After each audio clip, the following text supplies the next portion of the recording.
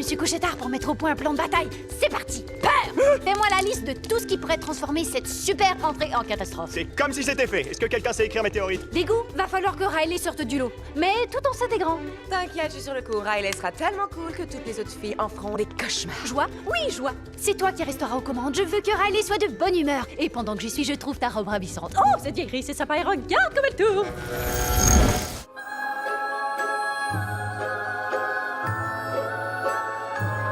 C'est votre première venue à Cannes? Vous étiez déjà venu ici ou pas? J'étais ici pour le festival de télévision, mais en fait, là, c'est comme ça, mais avec des stéroïdes, quoi.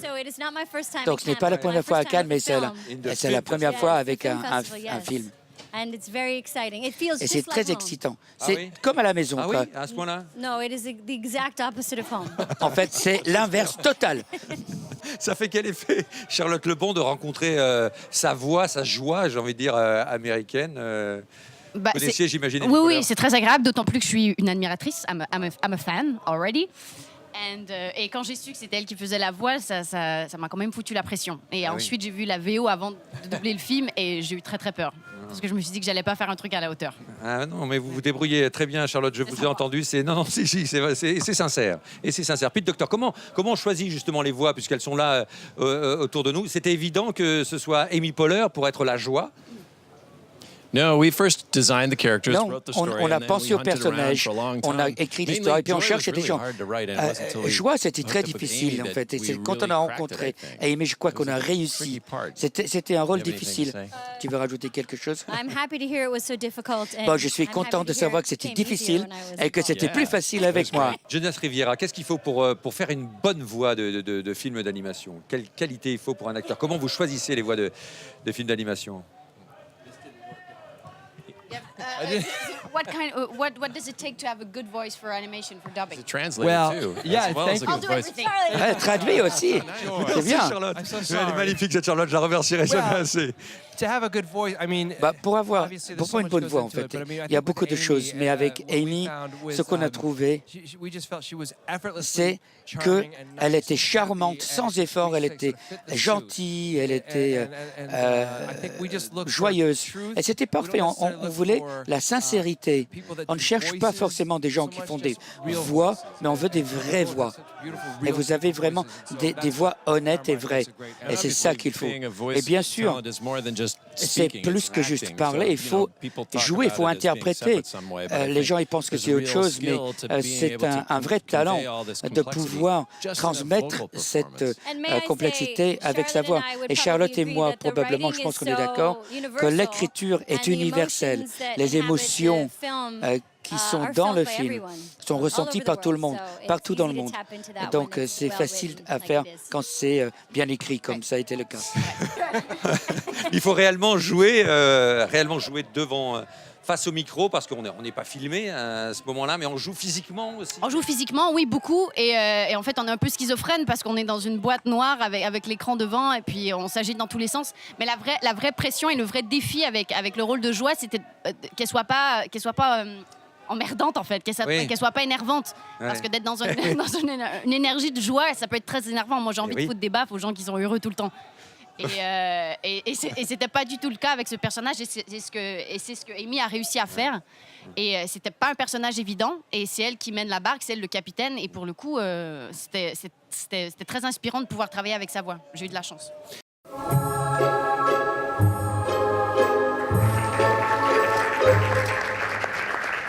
Je me demande ce qu'il en est lorsque vous approchez ce script et que vous vous penchez sur l'écriture d'autres auteurs également.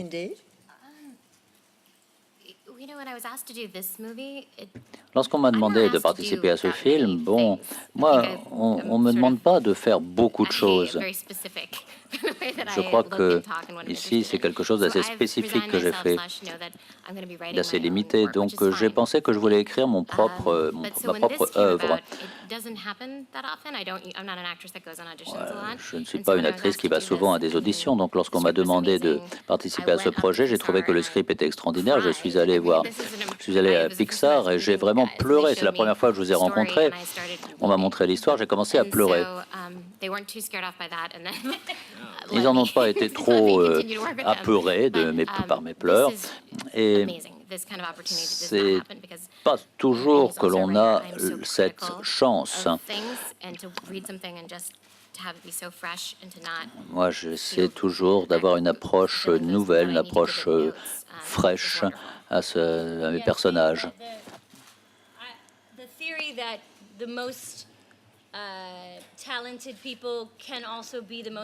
Les gens qui ont le plus de talent peuvent aussi être ceux qui coopèrent le plus, car ils n'ont rien à cacher.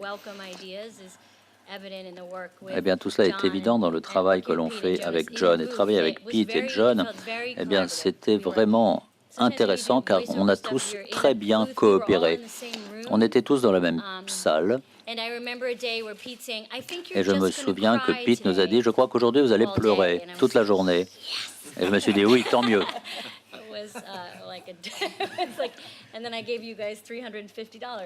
Et ensuite, je t'ai donné $350.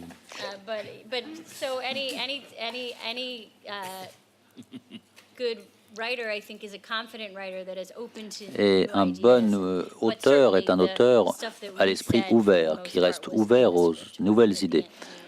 Et on retrouve cela dans le script et dans la version finale du film. Je crois que dans toute l'histoire de Pixar, il s'agit là du film, oui, de l'équipe la plus talentueuse. Pour être clair sur ce point, nous avons enregistré les voix originales avant de commencer l'animation. Et parfois, on a travaillé de nombreuses fois une même scène, mais ils nous ont aidés également à créer ces personnages. Ce que vous avez fait est un travail incroyable. Vous nous avez beaucoup aidés dans la création de ces personnages, dans l'enrichissement de ces personnages. Et Phyllis a été remarquable. Lorsque tout le monde était très heureux de ton travail, c'était extraordinaire.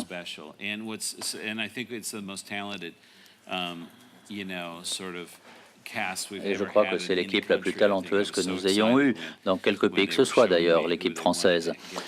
Et j'ai été très heureux de travailler avec vous pour la version française. On a également octroyé la licence parce que on voulait que vous apportiez, vous, votre propre sensibilité. Et il y avait aussi une grande liberté pour qu'ils créent le rôle eux-mêmes, même si la version française a été faite après la fin du film. Bien sûr, les voix françaises se sont inspirées aussi des voix américaines, mais certains d'entre vous n'avaient jamais été des voix. Comment est-ce que vous avez trouvé cette expérience? Comment c'était de créer une émotion? Est-ce que vous avez aussi puisé dans vos propres émotions pour bien trouver votre personnage? Mais aussi de ce que vous avez apporté au film lui-même. Et je voulais savoir si justement, pour certains d'entre vous qui n'aviez jamais fait d'animation, est-ce que vous avez été chercher dans vos propres émotions? Est-ce que vous avez fait de l'impro à certains moments? Comment est-ce que vous avez finalement vécu cette première fois, si je puis dire? Moi, c'était la première fois effectivement que je faisais du doublage de toute ma vie. Donc, j'ai eu la chance et l'honneur de commencer par un Pixar et j'en rêvais vraiment depuis Toy Story, donc depuis que je suis tout petit. Donc, il y avait une forme de responsabilité aussi quand même. Ce que j'aimais beaucoup, c'était l'idée de couleur primaire, de sentiment archaïque en fait, qu'il y a chez tout le monde. Et moi, je jouais la peur, qui est quand même un sentiment qui nous préserve du danger et qui en même temps a un ressort de comédie très très fort. Donc, je me sentais très chanceux de pouvoir jouer ça. Ensuite, évidemment, on s'inspire de ce que nous on connaît, ce qui nous fait rire dans la peur, nous, de ce qu'on observe et qui nous fait rire. Et puis, comme Charlotte disait, il y avait déjà un chemin avec franchement des super repères aussi, avec le scénario et le personnage. Charlotte, vous êtes inspirée, mais aussi est-ce que vous avez été dans l'impro, vous aussi? Est-ce que vous avez vous-même recherché la joie en vous pour faire tout cela? Je pense que je suis de nature assez optimiste, donc c'était assez pas facile parce que le travail, on était très exigeant, mais je sais qu'il y a des scènes qui sont très émotives et j'ai dû pleurer. Lesquelles Je vais pas tout dire, je vais pas raconter l'histoire, mais il y a des scènes où je vois à un moment donné craque et en fait c'est tellement bien écrit, c'est tellement bien amené qu'on n'avait pas le choix de pleurer pour vrai en fait. Et c'est ce que Amy a dit, elle a pleuré toute une journée. Mais oui, voilà. J'avais déjà doublé la voix d'une mouche avant. Voilà, c'était pas aussi glamour, mais voilà.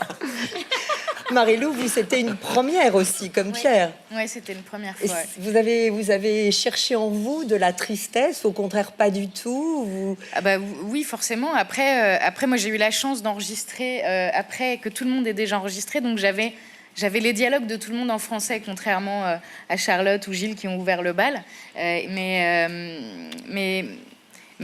c'était assez... Moi, j'ai trouvé tristesse assez difficile et parce que justement, on peut pas tout lâcher, qu'il faut vachement tenir la chose et que en même temps, si on est trop triste, trop mou, ça devient mou, c'est plus de la tristesse. Et dès qu'on rajoute un peu trop d'énergie, c'est plus le personnage. Et le juste milieu était sensible, quoi. Mais c'était un travail super intéressant. Moi, j'ai adoré faire ça. C'est un rêve depuis toujours. Et puis un Pixar, et puis Toy Story, et puis là-haut, et puis tous ces films-là. Je suis très, très fière d'en être. Oh, tristesse, j'ai également une super mission spéciale rien que pour toi. C'est vrai? Viens voir. Qu'est-ce que tu fais? Et voilà, parfait. Ça, c'est le cercle de la tristesse. Et toi, tu es là pour faire en sorte que toute la tristesse reste à l'intérieur.